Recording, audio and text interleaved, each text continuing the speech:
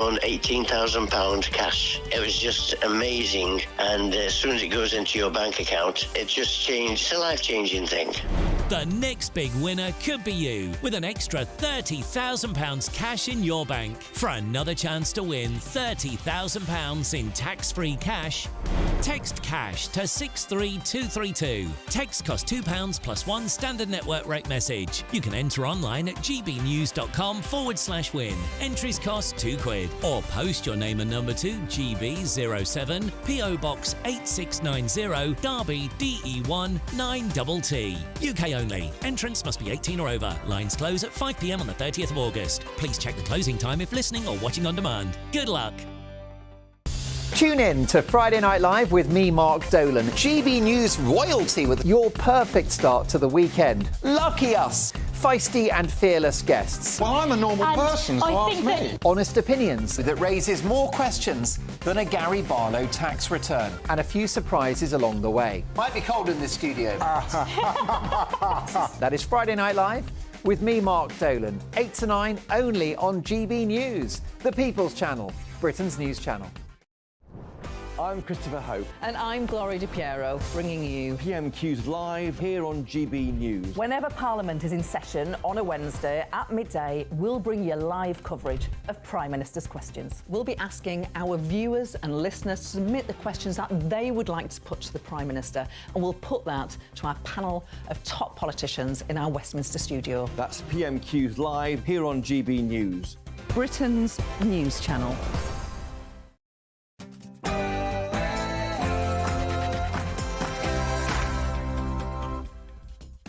A very, very good evening to you. And tonight on Farage with me, Martin Daubney, as the Labour Party revealed they will give asylum to 70,000 migrants, and also that the Bibby Stockholm barge will be closed, the first boat Sir Keir Starmer has managed to stop. I'm asking, where will they all go? Next up, benefit fraud is costing you, the British taxpayer, billions of pounds every single year. Is the government going to do anything to stop it?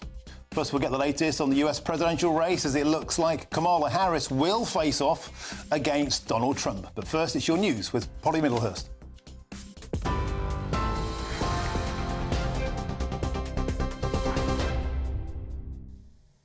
Martin, thank you, and good evening to you. Well, we start with some breaking news concerning the Olympic dressage champion Charlotte Dujardin. You may remember her from a few years ago when she was a three-time Olympic champion. Well, she's been handed a 6-month provisional ban over a video from 4 years ago showing her making what she's called an error of judgment during the training of a horse.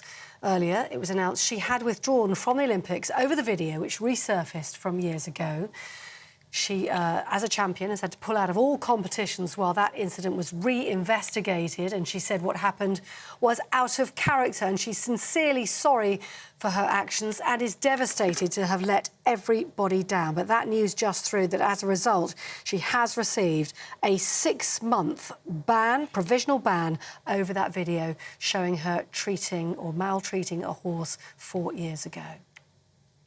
Let's bring you an update from the United States as well in this bulletin. President Biden has, within the last 15 minutes or so, boarded a flight bound to Washington from Delaware, where he's been on holiday. He's going to be making an address from the Oval Office tomorrow. The president understood to be returning to the White House after several days out of the spotlight, with question marks as to where he was or there. If you're watching on television, you can see him strongly climbing the steps of Air Force One, bound on that flight from Delaware to Washington.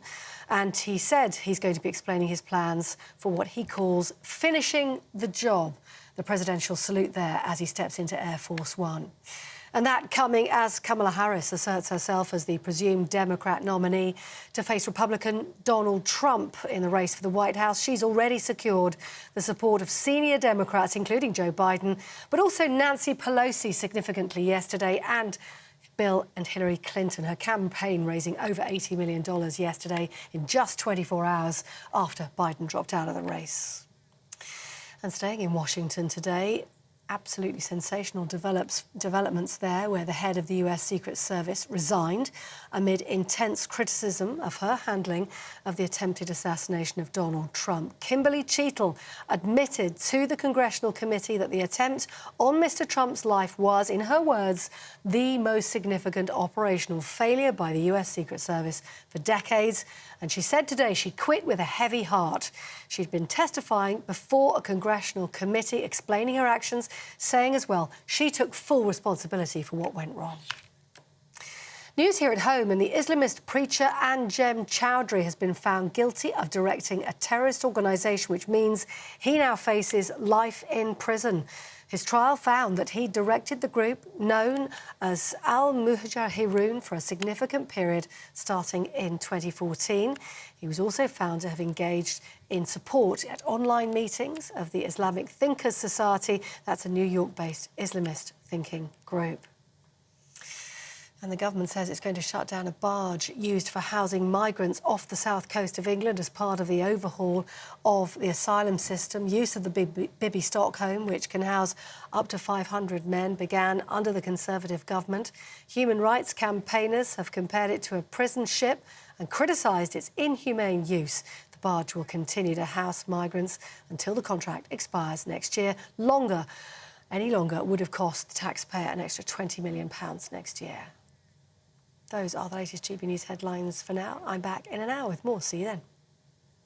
For the very latest GB News direct to your smartphone, sign up to News Alerts by scanning the QR code or go to gbnews.com/alerts.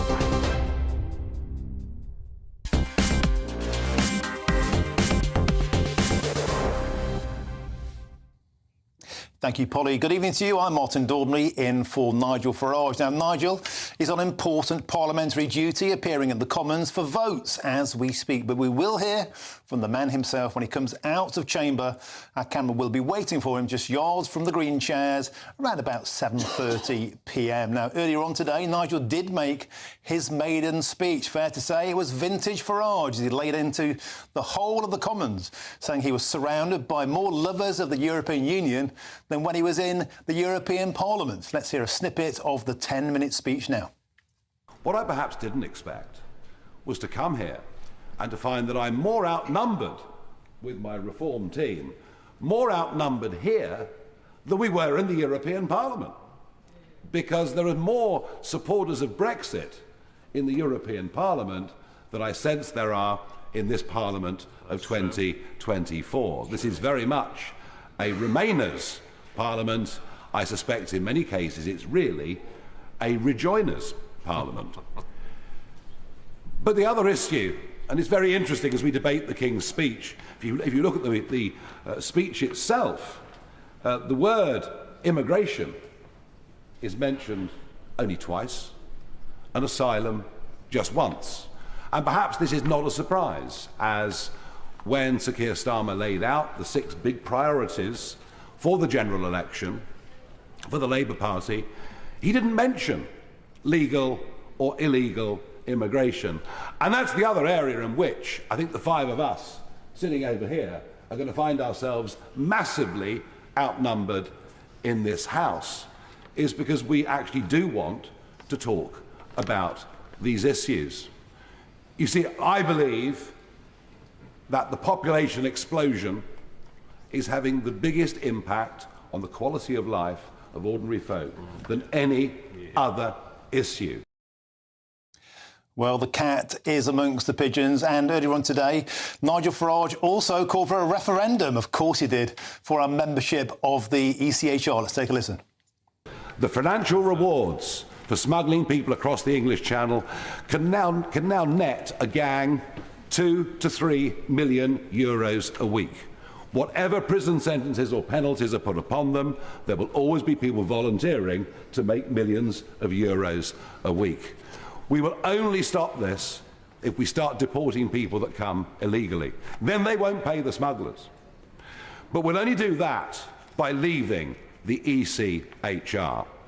But I've got a fun suggestion that I think would liven up politics, engage the public, and see a massively increased turnout. Why don't we have a referendum on whether we continue to be members of the ECHR. Got to say, absolutely textbook. First speech, maiden speech, Nigel Farage calling for a referendum. Now, to discuss that, I'm joined in the studio by Miriam Cates, the former Conservative MP, and Lord Maurice Glassman, former peer and I'm still academic. A peer. I'm still a peer. You're still a peer. We've established I'm not that. a former peer. You're not 80 and you're not hereditary, so you should be fine. You're a peer. We've got that. Right, let's have a look at that speech. Let's start with you, Miriam Cates. He said a very funny line, I felt, about there are more Remainers. He said this is the Remainer Parliament. In fact, he said this is a rejoiner Parliament. Quite a few groans on that. And then talks about the population explosion is having a bigger impact on British people's quality of life than any single other issue. And, of course, then he asked for a referendum on the ECHR. You've delivered many speeches in Chamber. What was your opinion on Nigel's first stint at the crease? Well, I think it was very confident, and I think you shouldn't underestimate how difficult it is actually to stand up in that chamber. It's a very historic place. People do get nervous. I know Nigel's very, very practised at public speaking, but to speak without notes, confidently, humorously, I thought it was an excellent speech. Lots in there I agree with. I'm sure he's right about the Brexiteer-rejoiner ratio. I'm not sure about his idea of fun. I'm not sure the British public think referendums are fun after the experience of the last 5 or 10 years. But I think he makes an excellent point about the ECHR, although I don't think we should be too simplistic about it. If we did leave the ECHR, we'd need some major reform of our domestic human rights legislation. Otherwise, we would be in a big pickle. And Lord Glassman, it was very interesting. He talked about the magnitude of the asylum process, the immigration problem we have. He praised David Blunkett, former Labour Home Secretary, about how tough Labour used to be. But then he said, I don't expect this to happen. He said that won't happen under this Labour government. Why? Because of the ECHR. We will not stop the boats by attempting to stop criminal gangs simply because it's too lucrative a business. Do you think that's a fair point? This Labour Party won't have the bottle to tackle this in the same way David Blunkett did? No, I don't think it's a fair point. So just to say, first of all, that I'm a resolute Brexiteer. I have many comrades in the Labour Party who support that. I think the government is this government is moving into the right spaces as regards taking advantage of the opportunities that Brexit opens up, particularly, and this is my big argument with Nigel Farage, is that I'm pro-Ukraine. He seems to be pro-Putin, and I just don't understand it. So I'm looking forward to having a discussion about that.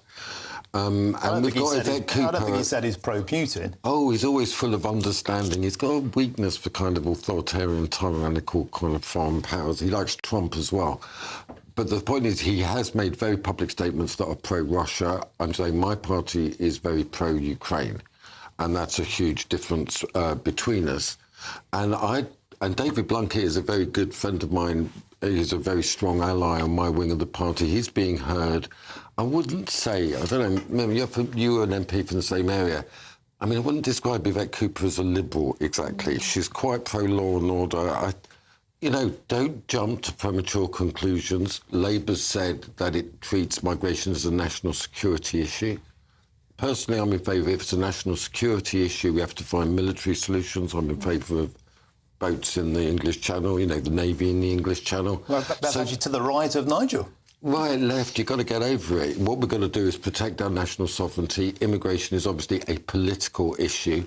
When it comes to the ECHR, that's just part of tidying up the loose ends of Brexit to get out of that. We've got to be a sovereign nation.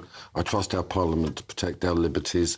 I'm just saying the tone of this, Martin, is, if I may, is, I know your pro-EU tendencies, I would like to call you by your French name, is all of a sudden, we've been in power for 18 days and a whole hoo-ha over this. Watch how this goes. Isn't the problem, though, Maurice, that whilst the people at the top might be sensible and they will hopefully be getting sensible advice, there's a whole load of backbenchers who are very ideological about this question, who want Rwanda ditched, not because it may or may not work, but just it doesn't fit with their ideology. And if those in power, if the Cabinet do try to crack down on immigration, they'll actually find the main opposition from their own backbenchers. Well, welcome to the Soviet Union. We've got an enormous majority. Thank you, Comrade. And what I see is actually a quite Leninist party leadership. They're very disciplined. You may have noticed in the election how extraordinarily... Did you hear a squeak about Brexit from Labour Party candidates? We support Brexit. Keir Starmer said it is unimaginable that we will rejoin in our lifetimes.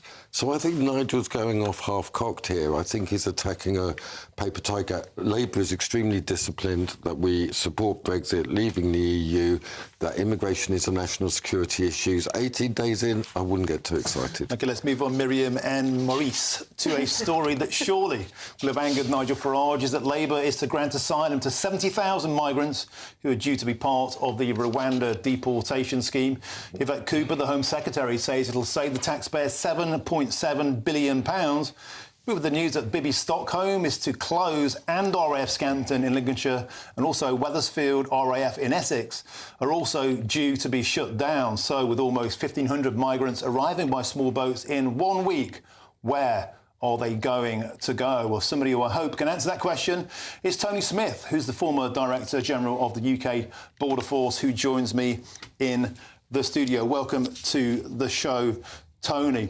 So Rwanda scrapped on day one. Bibby Stockholm stopped today. As I said, Sir Keir Starmer has finally stopped a boat. Wethersfield to be scrapped. That was due to be the site for 1,500, and the same with Scampton, 1,700. Millions and millions and millions of pounds have been lost on these schemes, these aborted schemes now. Hotels are also off the menu. That begs a simple question. Where on earth are these people going to go? There's only one answer, and that's what Angela Rayner said. Every part of Britain will take their fair share of migrants. This will now turn into a dispersal scheme around the UK, and the public won't have a say.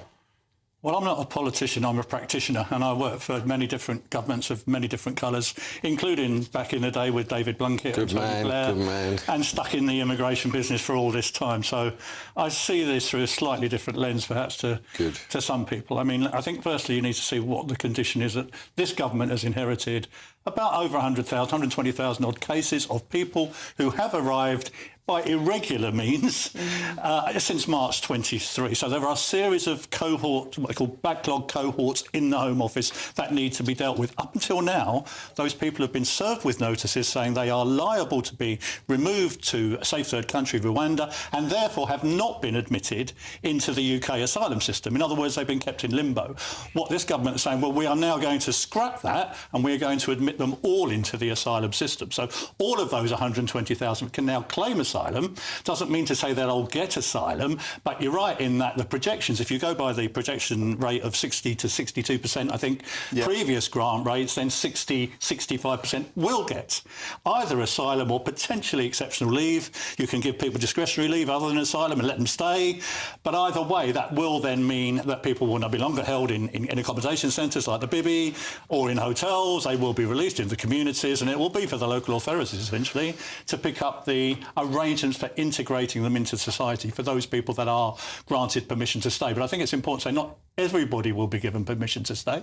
There may be some nationalities which will be removed because they can be refused asylum and still be removed to some countries. And indeed, part of this new scheme by Yvette Cooper is to go to the safe country asylum seekers process them first. Albania, India, Vietnam. Nevertheless, Tony, 62% of that amount is 70,000 granted the right to remain. And as Nigel Farage said, with the financial rewards for one gang at €3 million a week, and now with no deportation, no boats, no RAF sites, instead a nice council house dispersed into British communities, this will send out a message to the people smugglers that Britain's open for business. Yeah, but this is a global problem. It's not just a UK challenge, and I think we need to remember that. So if you look at the latest Frontex figures, actually, migration across the EU border, the external border, is down 30% this year. There has been quite a lot of work done in the Central Med. In some of the routes, it's up on the eastern border, it's up on the West African border. We need to look at that. Frontex, European Border Agents, are trying to secure the external borders. They're having more luck in some parts. It's a huge border to manage. Some of them, their exit rate over to the UK is 25%. So more are coming across from the EU pool. This is the big challenge we've got. So we have to talk to the EU.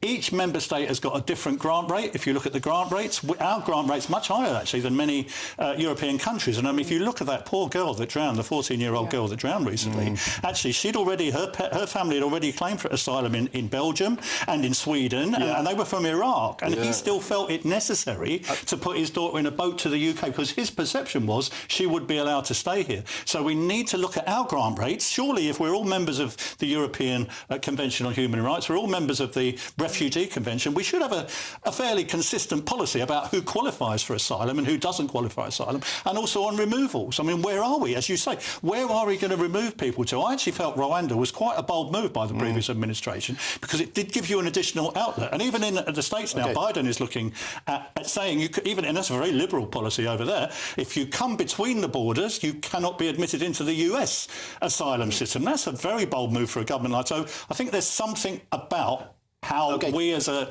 as a global community... I want to bring the panel in. Miriam, what's your take on this? I mean, it looks like... I mean, this will surely send out a message of rolling out the red carpet.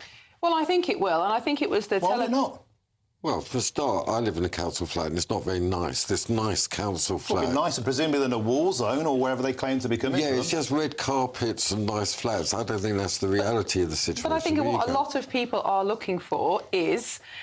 to be admitted into our system, to be given housing and to be given benefits. Now, of course, some people coming over here will be genuinely fleeing war and persecution, but the problem is the system is flooded with people who aren't, who are economic migrants, who are coming from France, who are coming from countries where they know we can't send them back. And so the problem is that because our system is so overwhelmed with people who aren't necessarily genuine asylum seekers, we can't give the right treatment to the people who are. And this is the problem that the government has been trying to solve for 5 years now with very limited success. But scrapping the Rwanda scheme seems ridiculous to me because at least we had a deterrent. It now is a total waste of money, but at least it had the potential to be salvaged. And I think the Telegraph sent a journalist over to Calais the week before the election, and they spoke to young men who were waiting for a Labour government so that they could come across knowing that they wouldn't be sent to Rwanda. OK, we'll have to leave it there for now. We'll come back. Go on, have a quick nibble then. Go on, Maurice. No, it's just... I just want to pay respect to Tony and your service over the years. What you just heard was a really reasonable man giving a really reasonable view. Thank you. Tony, bless you, and keep going with that. Good stuff. Thank you very much, panel. Now, coming up, it's set to be Kamala Harris v Donald Trump. Can she beat the Donald? We'll discuss that next. And we'll also hear from Nigel Farage soon. Don't go anywhere.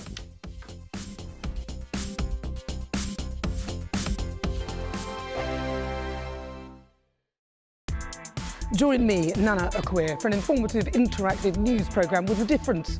It's fun. It's true. You're not wrong.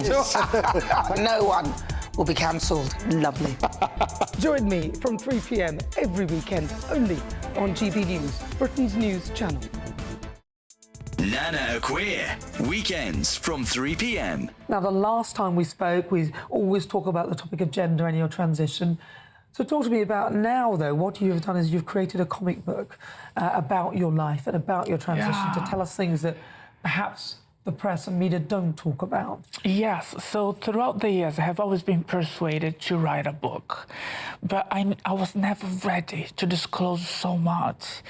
And I've been working this beautiful comic book. I brought you a little copy. It's here. You can have a look into it later, where I'm detailing past experiences, growing up in Brazil and then moving to this country, and my struggles, the struggles that I had to go through to become the woman that I'm today. I'm a woman. I'm not a biological woman, but I am a woman. I just cannot have babies because I don't have the female organs, but I'm a woman inside out, therefore I use the female toilet. But what has been going on around, there are a lot of people, they regard themselves as being transgender when they're actually not. They don't have any psychological help, they don't have any medical help. They just wear female clothes and makeup and they call themselves female. And they're the ones using female spaces and take advantage of that. And that is what should stop and be controlled. But that's the problem, isn't it? So what do you do to stop that? I mean, the suggestion was a third extra space. How would you feel about a third extra space where, this is where if somebody is trans or any of those other things can use rather than using the female toilet? I don't think that would work, actually, because these people that those people that regard themselves as being females in their minds, they still would use the female toilet. GB News, the People's Channel. We're proud to be GB News, the People's Channel, and as you know, we always love to hear your views. Now, there's a new way of getting in touch with us at gbnews.com/your say. By commenting, you can be part of a live conversation and join our GB News community. You can even talk to me, Bev Turner, or any of the members of the GB News family. I'm Arlene Foster on GB News, Britain's news channel. Tomorrow from 6, the legends of breakfast television are back together. Eamon Holmes and Anne Diamond, only on GB News.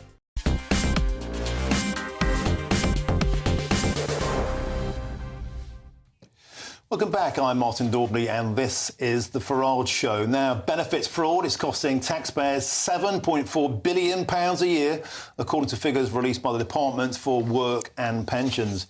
Benefit spending is at a stonking £266.1 billion and 22.7 million people now receive welfare payments.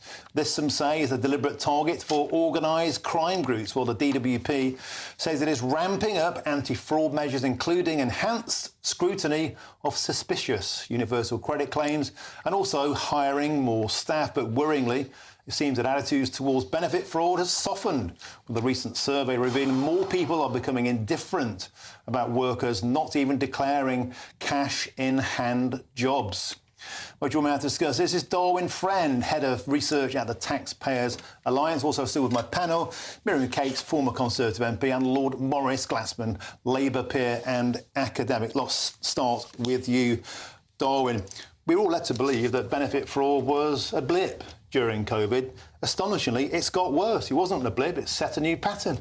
Yeah, exactly. And what we've actually seen from the latest accounts from the Department for Work and Pensions is that the propensity for fraud in our society as a whole is set to increase, and that universal credit fraud is now not expected to ever fall back to pre-pandemic levels as was first expected. And when we look at the amount of universal credit fraud in the last year alone, it was £6.5 billion. Now, there's a lot of discussion in Westminster at the minute about 5.5% pay rises for teachers and for nurses and lifting the universal, the two-child benefit cap. Well, both of those things could be paid for if they clamped down on benefits fraud in the department first. Sounds good, but the intention might be there, but what about the modus operandi? How do they do it? They haven't managed to recoup anything since COVID. What's going to change now? Well, that is the key question, Martin. And I don't know about you, but I think the department simply throwing in the towel, as they have done, and saying that the issue of fraud in our society is inexorably just going to rise and there's nothing that we can do about, frankly, isn't good enough from a government department. When we look at how the country has dealt with crises such as these in the past, it's not like this. And more fundamentally, I think the Department for Work and Pensions has an obligation, actually, to crack down on this practice so that then taxpayers' money is being spent on the public's priorities instead of dished out to benefit fraud. Now, Rachel Reeves announced yesterday plans to appoint a benefits fraud commissioner. They're hopeful of recouping £2.6 billion. Are you hopeful that this will have any teeth? Well, I'm hoping that it will. I welcome the fact that they're seriously wanting to look at this as an issue. But what really concerns me about this is it's yet another quango. And frankly, that's going to come at an expense to taxpayers as well. So I think before they proceed with any new quango such as this, they really need to drill down into the detail and see whether it's actually going to have any impact on the problem or whether it's just going to be another cost for taxpayers to shill out for. OK, let's bring in the panel now. Maurice, let's start with you. Fraud, a huge problem. It's not going away. In fact, it's getting worse. What do we need to do? Do we need to have stiffer jail sentences? Do we need to stop benefits at source? Do we need much more stick and less carrot? Yeah, I mean, first of all, I'd say to Darwin that I think you need to evolve, so to speak. I think Liz Kendall, as DWP Minister, is pretty hardline. She's not from my wing at all of the party, but once again, as I said to you earlier, be open to the fact that welfare reform is going to be a key characteristic of this government. In what way? Now, a lot of people, for right or for wrong, have the attitude that the Labour Party is softer on benefits, likes the vote of people on benefits. Why would they clamp down? That would be the lazy assumption that you would imagine. But what I'm saying to you, to be open to the fact that in this cabinet, there's two really strong welfare reform hardliners. There's Liz Kendall and there's Wes Streeting. Now, they've very publicly said that this has got to change. I'm a big follower of Frank Field. There's got to be fundamental, mutual. But we've got to also look at this in terms of, first of all, just to say to Darwin, it's not just the state that people have lost trust in. There's also corporate crony capitalism in COVID. All that money going to friends of the Prime Minister. Yeah, but this is specifically benefits frauds we're talking about. Yeah. But when we're talking about the decline of trust in society, it's not just, I'm agreeing with you, there's a lack of trust in the state and people are cheating. This is a really big problem for our society. And obviously, I'm looking to my government, this Labour government, to restore some trust. Part of that has got to be that you put in and you get out. That reciprocity principle is fundamental.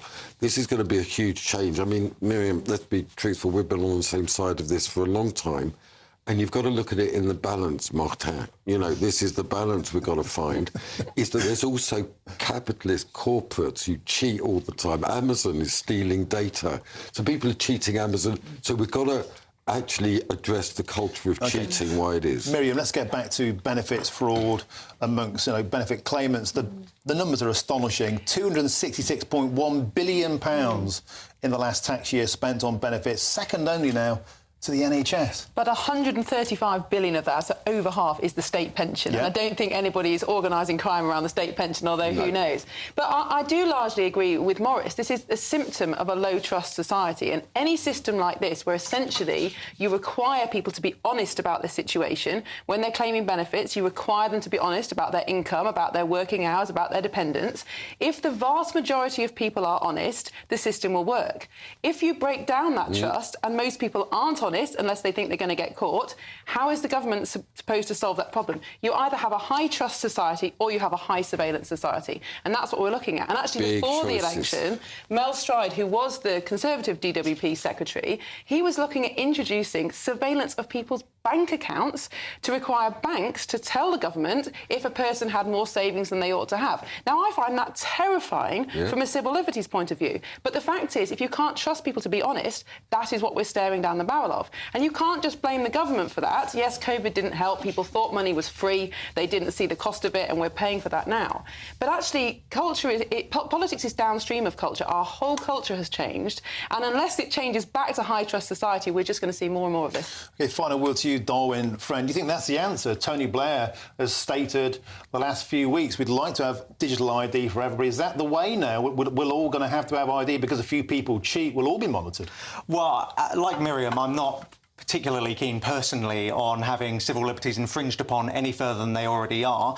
But as was mentioned earlier, I really want this government to reset the relationship with the general public, not just in terms of benefits, but throughout the entire public sector, because it's only by resetting that relationship, building trust back with individuals throughout society, that ultimately we're going to grapple on this. Because before the pandemic, benefit fraud was around about 2.4% of the Department of Work and Pensions budget spending. Now it's 6.7%. So it's only by resetting that relationship that we're ultimately going to crack down on this issue. And Darwin, what I'm saying to you is also not just public sector, private sector fraud.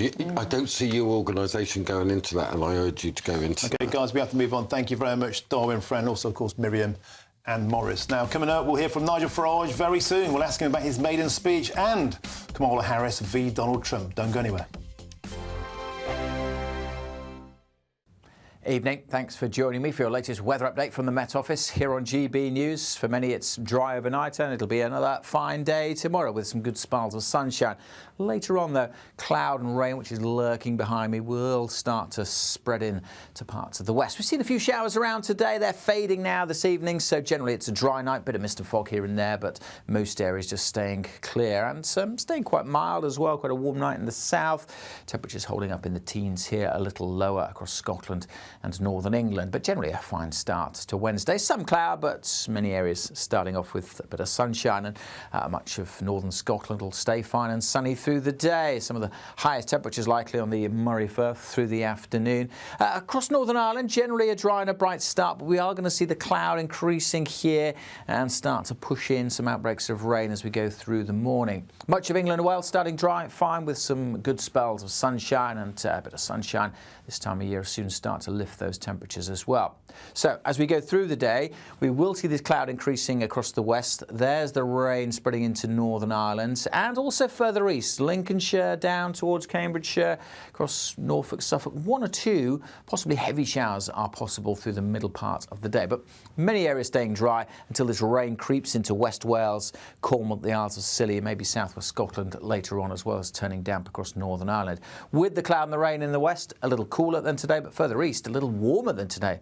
26 or 27. The showery rain will continue to spread in. We will see some heavier bursts through Wednesday evening across Scotland. That tends to pull away during Thursday, and then down to the south a different day with some heavier bursts of rain coming in across southern counties of England during Thursday. Some lively showers for Scotland and Northern Ireland, but in between Northern England, parts of Wales, generally dry. Everywhere a touch cooler on Thursday. Every Saturday, 10 till 12, we'll bring you all of the news that you need to know. We'll also remind you that there is so much to smile about. It's my favourite time of the week. I get to relax, enjoy some light-hearted stories, and let Ellie teach me about fashion too. That's Saturday Morning Live, every Saturday, 10 till 12. Only on GB News, Britain's news channel. Join me, Neil Oliver, every Sunday night at 6 p.m. on GB News. And if an hour is not nearly enough for you, go to gbnews.com for special extended episodes online every Friday at 9 p.m, where we can truly get into the nitty-gritty of what's going on. GB News, Britain's news channel. I'm Bev Turner. Thank you for joining us on GB News, the People's Channel, Britain's news channel. Tomorrow from 6, the legends of breakfast television are back together. Eamon Holmes and Anne Diamond, only on GB News.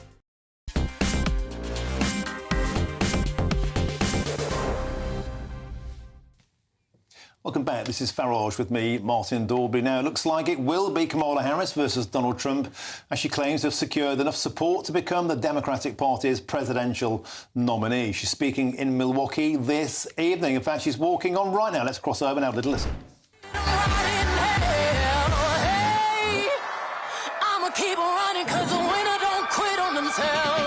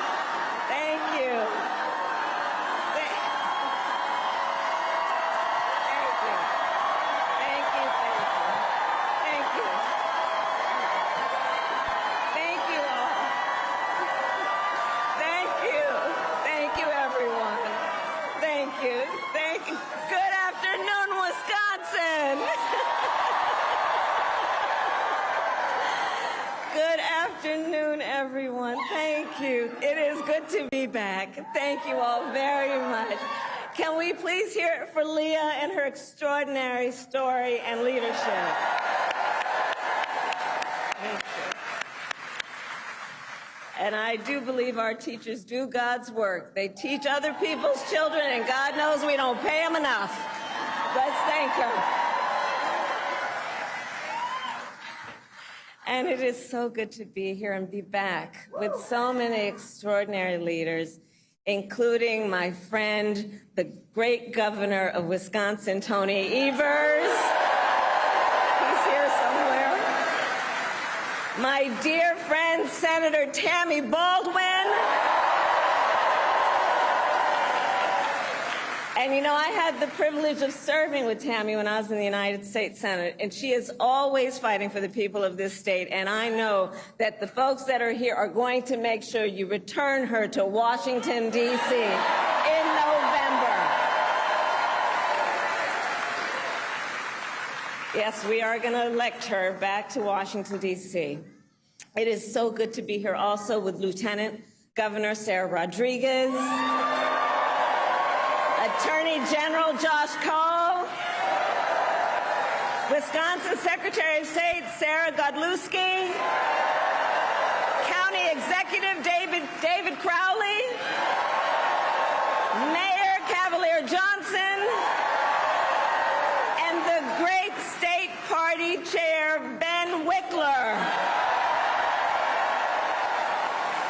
who I have worked with. Ben, you and I have been working together for years, and I can attest he knows how to build the infrastructure that delivers wins up and down the ballot. Thank you, Ben.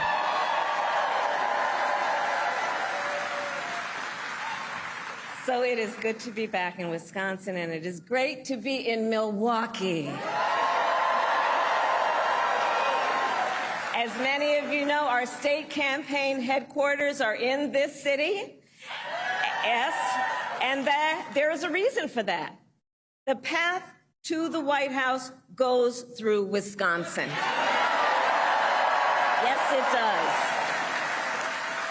And to win in Wisconsin, we are counting on you right here in Milwaukee. And you all helped us win in 2020. And in 2024, we will win again. Yes, we will. So, Milwaukee, I want to start by saying a few words, and I could really speak at length, but a few words about our incredible President Joe Biden.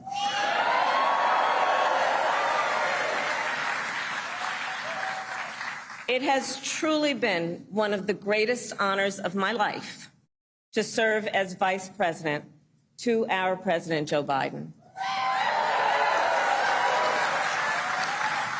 Joe's legacy of accomplishment over his entire career and over the past 3.5 years is unmatched in modern history. In one term, think about it, in one term as president, he has already surpassed the legacy of most presidents who served 2 terms in office.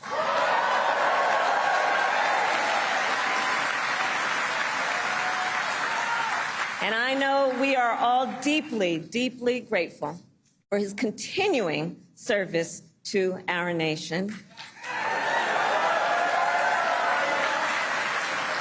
And it is my great honor to have Joe Biden's endorsement in this race.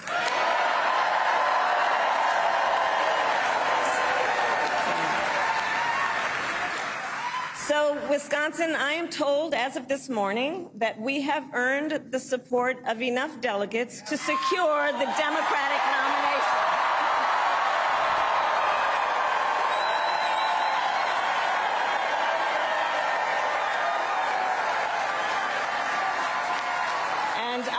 So very honored, and I pledge to you I will spend the coming weeks continuing to unite our party so that we are ready to win in November.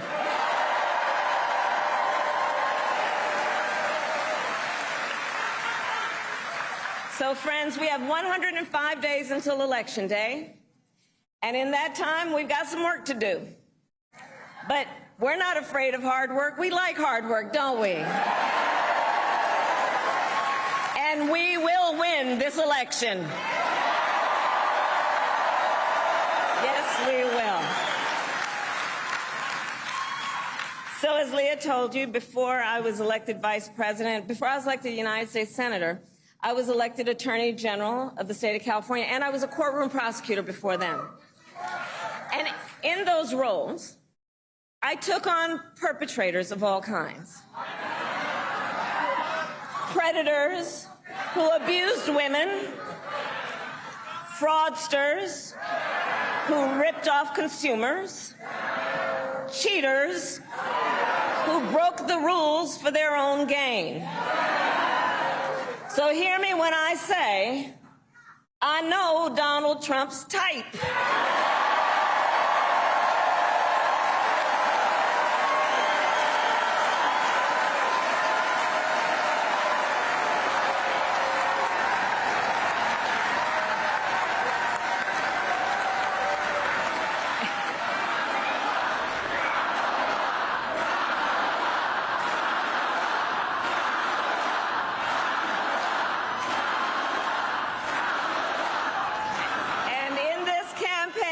I promise you, I will proudly put my record against his any day of the week.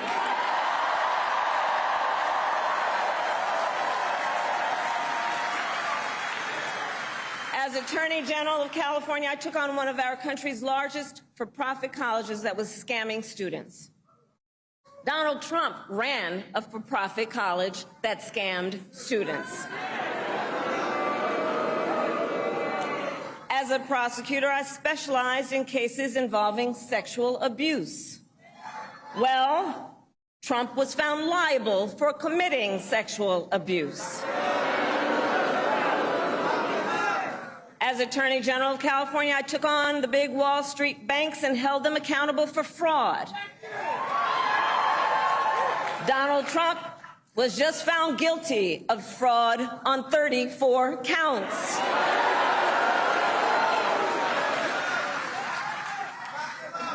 But let's also make no mistake, this campaign is not just about us versus Donald Trump. This campaign is about who we fight for. This is about who we fight for. Just look at how we are running our campaigns. So Donald Trump is relying on support from billionaires and big corporations. And he is trading access in exchange for campaign contributions. A couple months ago, you all saw that a couple months ago at Mar-a-Lago, he literally promised big oil companies, big oil lobbyists, he would do their bidding for $1 billion in campaign donations. On the other hand, we are running a people-powered campaign.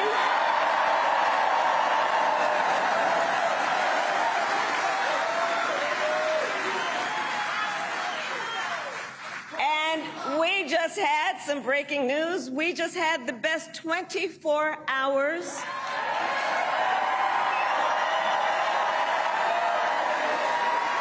of grassroots fundraising in presidential campaign history. All right?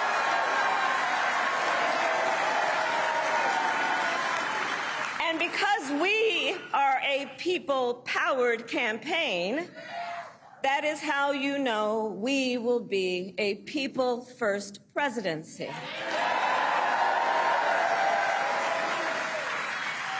In Wisconsin, this campaign is also about two different visions for our nation.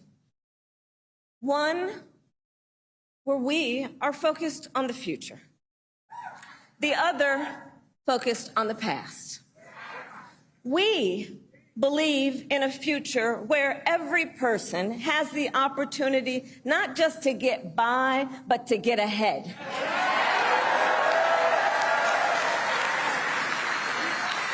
Future where no child has to grow up in poverty, where every worker has the freedom to join a union,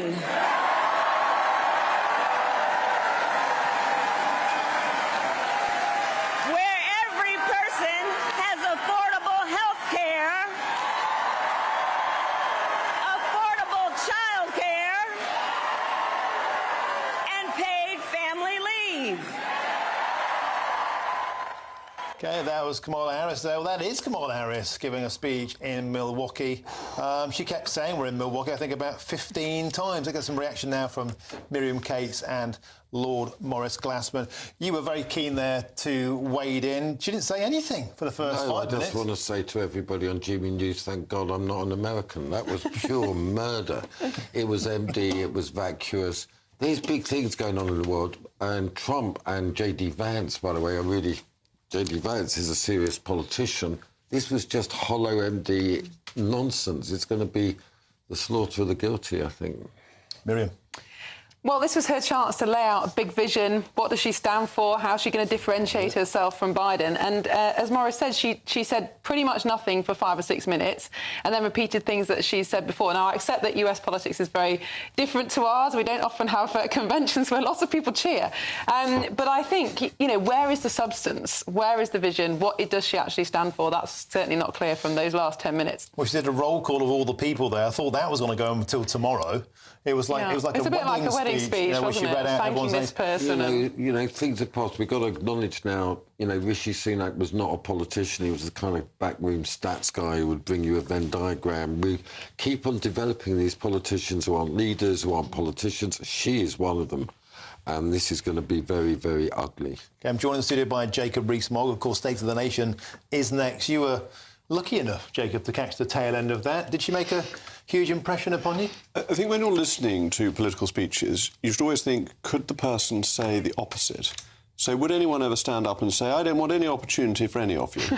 And if they would never say the opposite, the speech is pointless. Speeches need to have some purpose, some focus to explain why what you're saying is going to improve people's lives, is going to do something important. If you just say the hopey changey stuff, you don't actually get anywhere. OK, well, we had a speech earlier on full of points, and we're joined now by the man who spoke it, Nigel Farage. We're joined by Nigel Farage, who's on his own show. Nigel, I'm introducing you on your own show. Feels odd. Storming speech earlier, the cat amongst the pigeons, and straight away on your first day you asked for a referendum. Tell us more. Well, look, I mean, it's very interesting. I mean, yesterday the Prime Minister spoke and said our commitment to membership of the ECHR is absolute.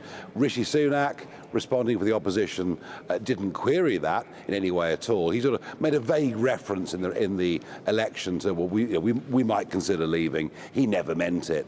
What I've been very struck by, Martin, is how similar the two parties are. There was a chap up earlier, Bob Blackman from Harrow East.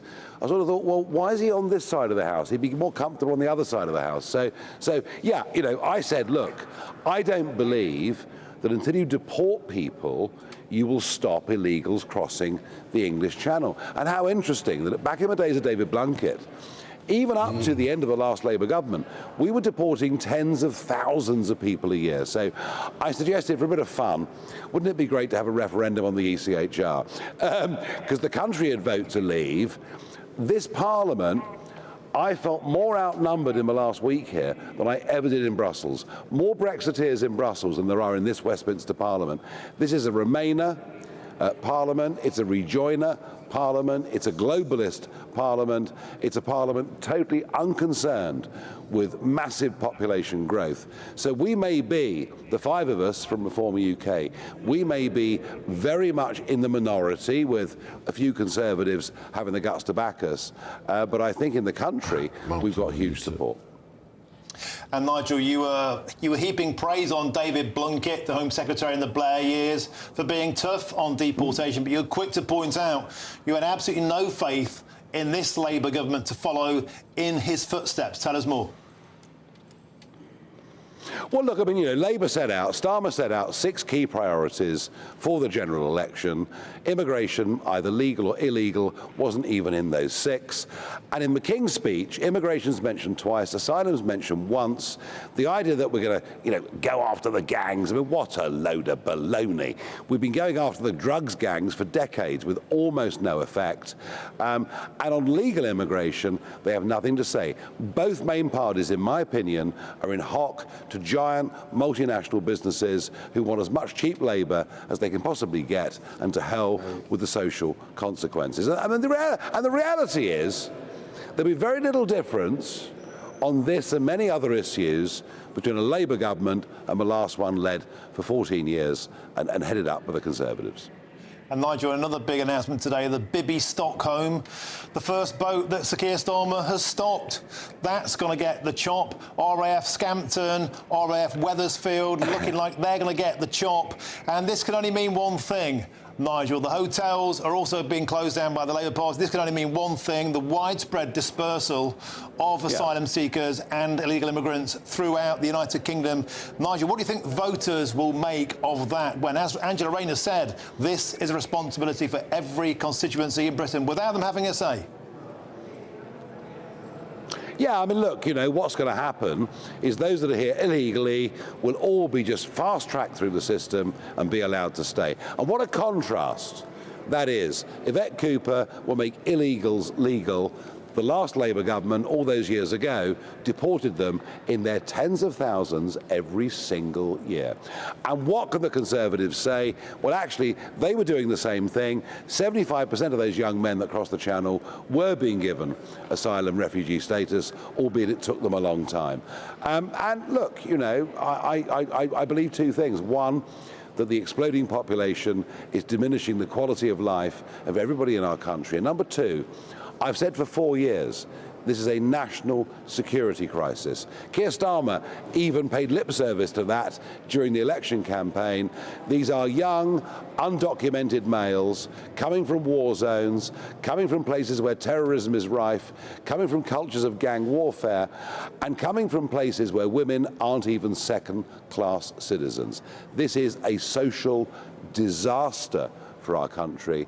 You only have to look what's happened in Malmo and Sweden now in terms of rape and murder right at the top of the tree after they allowed a huge number of young males from the Middle East and elsewhere to go there. This is a social disaster. Well, Nigel Farage, thank you very much for joining us on the Farage Show. I'm keeping the chair warm. Hope to have you back tomorrow. Thank you very much. There's a quick reaction from the panel. In fact, Miriam Cates, you are now presenting on GB News. In fact, you are doing Britain's Newsroom, 9:30 till midday. You're on tomorrow. What's on your show? Well, I expect we'll be talking about immigration. I expect we'll be talking about Kamala Harris. But we've also got a story about J.D. Vance. There's a clip that's emerged on Twitter today of him talking about how the Democrat Party is controlled by people who don't have children and making the case that they're therefore not invested in the future. Now, of course, this is very controversial. I think there are very much two sides to this story, but we'll be discussing that. But yes, I'm still finding my feet and learning to use the auto cue, so it's all good fun. You did a great job, super stuff. And Jacob Rees-Mogg, State of the Nation is coming up next. What's on your menu? Well, we're going to be starting talking about the family and the fact that the state hates the family and doesn't have any policies that help it, whereas all the evidence is that people brought up in a stable family have better life chances. And we've got the row in the Labour Party on the two-child limit. That's not the point. The point is that there's no help for people with families. Indeed, you get money from the state for anybody to look after your children, as long as it's not a parent. We've got to stop. Jacob Rees-Mogg is next. Thank you very much, Miriam Cates and Lord Maurice Glassman, for joining me. I'll be back tomorrow, 3 till 6. That's my show. Coming up next, State of the Nation, First Social Weather with Alex Deakin. Looks like things are heating up. Boxed boilers, sponsors of weather on GB News. Evening. Thanks for joining me for your latest weather update from the Met Office here on GB News. For many, it's dry overnight and it'll be another fine day tomorrow with some good spells of sunshine. Later on, though, cloud and rain, which is lurking behind me, will start to spread in to parts of the west. We've seen a few showers around today. They're fading now this evening, so generally it's a dry night. Bit of mist and fog here and there, but most areas just staying clear and staying quite mild as well. Quite a warm night in the south. Temperatures holding up in the teens here, a little lower across Scotland and northern England, but generally a fine start to Wednesday. Some cloud, but many areas starting off with a bit of sunshine, and much of northern Scotland will stay fine and sunny through the day. Some of the highest temperatures likely on the Moray Firth through the afternoon. Across Northern Ireland, generally a dry and a bright start, but we are going to see the cloud increasing here and start to push in some outbreaks of rain as we go through the morning. Much of England and Wales starting dry and fine with some good spells of sunshine, and a bit of sunshine this time of year soon start to lift lift those temperatures as well. So as we go through the day, we will see this cloud increasing across the west. There's the rain spreading into Northern Ireland and also further east, Lincolnshire down towards Cambridgeshire, across Norfolk, Suffolk. 1 or 2 possibly heavy showers are possible through the middle part of the day, but many areas staying dry until this rain creeps into West Wales, Cornwall, the Isles of Scilly, maybe southwest Scotland later on, as well as turning damp across Northern Ireland. With the cloud and the rain in the west, a little cooler than today, but further east, a little warmer than today. 26 or 27. The showery rain will continue to spread in. We will see some heavier bursts through Wednesday evening across Scotland. That tends to pull away during Thursday, and then down to the south a different day with some heavier bursts of rain coming in across southern counties of England during Thursday. Some lively showers for Scotland and Northern Ireland, but in between Northern England, parts of Wales, generally dry. Everywhere a touch cooler on Thursday. A brighter outlook with Box Solar, sponsors of weather on GB News.